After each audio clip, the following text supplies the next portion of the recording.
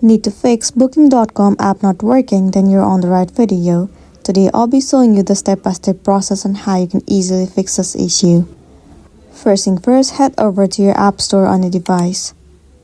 In the address bar, search for Booking.com. Move into this app right over here. Instead of open, if you find the option of update, then tap on update and update it to latest version. Once updated, now move into Safari. Here in the address bar, search for Booking.com Outages.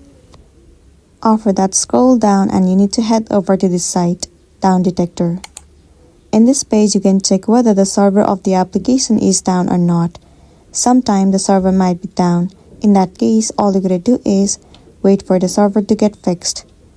After that, move into the settings of the device. Inside settings, head over to General. And then move into iPhone storage.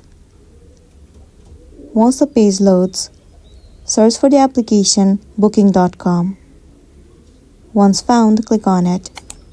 Tap on Offload App and once again click on Offload App. It will clear the cache and the storage of the application. It will also remove all of the unwanted bugs and make your application run smoothly. This should definitely fix the issue that you have been facing, and then you'll be good to go. So that's the end of the video. If this video really helped you, give it a like and check out our next tutorial. Thank you.